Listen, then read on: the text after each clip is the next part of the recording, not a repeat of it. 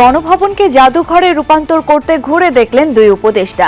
শহীদদের তালিকা, আন্দোলনের দিনলিপি সহ বিভিন্ন তথ্য উপাত্তে সজ্জিত করার পরিকল্পনা। পৃথিবীর বুকে একটি নিদর্শন হিসেবে রাখতে চাই যে কোনো স্বৈরাচারী, ফ্যাসিস্ট, খুনি রাষ্ট্রনায়কদের আসলে কি পরিণত হয়। গণভবনকে একটি জাদুঘরে রূপান্তরিত করে জনগণের জন্য উন্মুক্ত করে দেওয়া হবে। তারেক রহমানকে সাজা দিতে পিস্তল ঠেকানো হয় বলছেন সাবেক বিচারক মোতাহের হোসেন। খালাস দেয়ায় আওয়ামী লীগের রোশানলে পড়ে ছাড়তে হয় দেশ। তাদের কোমর থেকে পিস্তল বের করে এখন আমার বুকে ধরে এবং বলে, আপনি বলেন তারেক রহমানকে পানিশমেন্ট দিয়ে রায় দিবেন কিনা।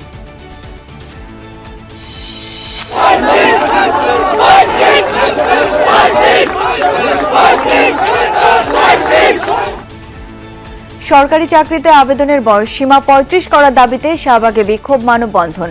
সব ক্ষেত্রে বৈষম্যহীনতা নিশ্চিতের আহ্বান মান্নার। পর্যাপ্ত ব্যবস্থা না থাকায় ২ সপ্তাহ পরও নামেনি পূর্বাঞ্চলের বানের পানি। খুলনার দাকোপে ভেঙে যাওয়া বাঁধ মেরামতে স্থানীয়দের স্বেচ্ছাশ্রম। কুমিল্লায় খুনের পর যুবকের হাতের কবজি কেটে নিয়ে যায় খুনি। দুজনই ছিনতাই, মাদক ব্যবসায় জড়িত, তদন্ত করছে পুলিশ।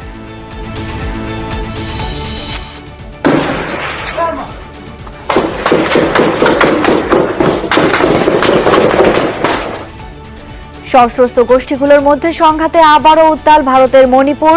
সাবেক মুখ্যমন্ত্রীর বাড়ি লক্ষ্য করে রকেট হামলা। 2 জেলায় সহিংসতায় নিহত 5।